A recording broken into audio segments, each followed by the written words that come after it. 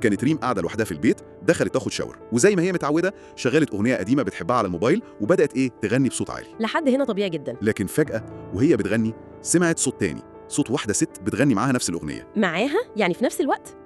وبتقول إن الصوت ده لا كان صدى صوتها ولا جاي من الموبايل، لا هي حست بيه جاي من وراها مباشرة جوه الحمام.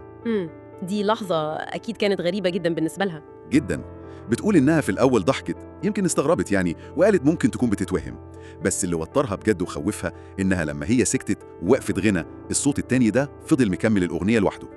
دي النقطة الفارقة، يعني لو الصوت وقف معاها كان ممكن تعتبره أي حاجة، صدى، أي شيء. بالظبط، لكن استمراره ده خلاها اترعبت فعلا، وبتقول خرجت بسرعة من الحمام وهي مرعوبة. الملاحظ هنا في البداية دي يعني زي ما الرواية بتقول إن الموضوع بدأ صوتي بحت، وكأنه انعكاس لنشاطها هي.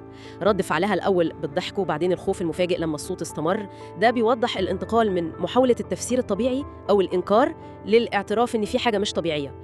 استمرار الصوت هو اللي كسر حاجز الشك عندها تماماً. صحيح، والموضوع ما كانش مرة وخلصت، لأ، الأمور بدأت تتصاعد.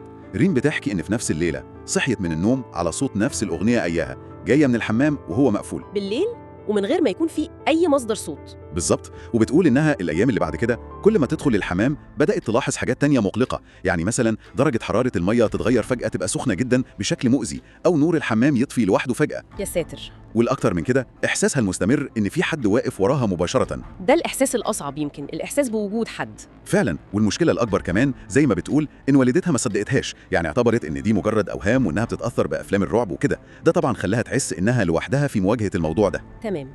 ونقطة عدم التصديق دي مهمة. دايما في القصص اللي زي دي العزلة بتزود الإحساس بالخوف والاضطراب.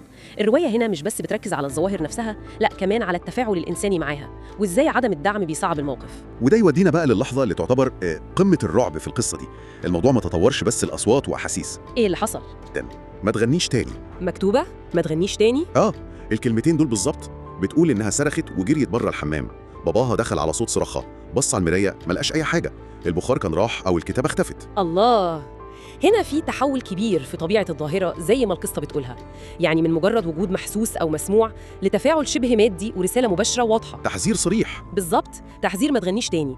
وظهور الرسالة واختفائها السريع ده زي ما وصفت بيخلي صعب إثبات اللي حصل للآخرين، كأنها تجربة شخصية وموجهة ليها هي بالذات. صحيح. الحادثة دي بقى خلت ريم لازم تدور، بدأت تبحث على الإنترنت عن قصص شبه قصتها أو أي معلومات عن العمارة اللي هي ساكنة فيها. وده طبيعي، محاولة لفهم اللي بيحصل. والمفاجأة بقى إنها لقت تعليق في جروب على الإنترنت.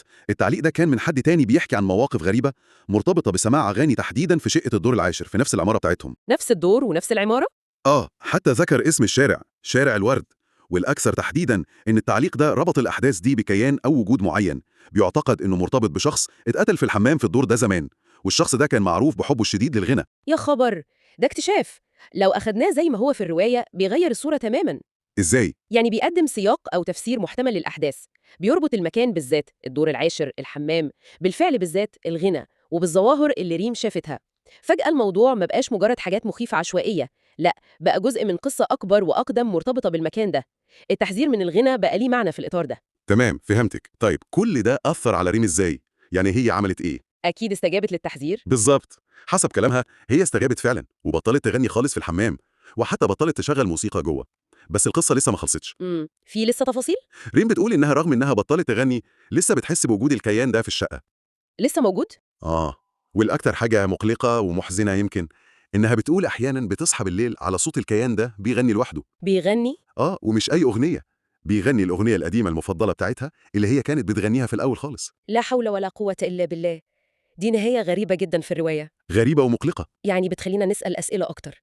طيب لو كان الهدف إنه يمنعها من الغنى، ليه لسه موجود بعد ما هي بطلت؟ وليه هو نفسه بيغني وبيختار أغنيتها هي بالذات؟ مش مفهوم؟ التفاصيل دي في الرواية بتقول إن العلاقة أو الارتباط يمكن أعمق أو أعقد من مجرد طلب بسيط. يمكن الارتباط ما بقاش بس بالمكان، بقى بيها هي شخصياً، أو إن الموضوع متجذر في المكان بشكل يتجاوز فكرة رد الفعل على الغنى. الرواية بتسيب الباب مفتوح للتأملات المقلقة دي. فعلا تجربة غريبة جدا ومقلقة وبتثير أسئلة كتير عن طبيعة اللي واجهته ريم. وبكده نكون استكشفنا مع بعض تفاصيل قصة الصوت الذي يغني معي بناء على رواية ريم نفسها.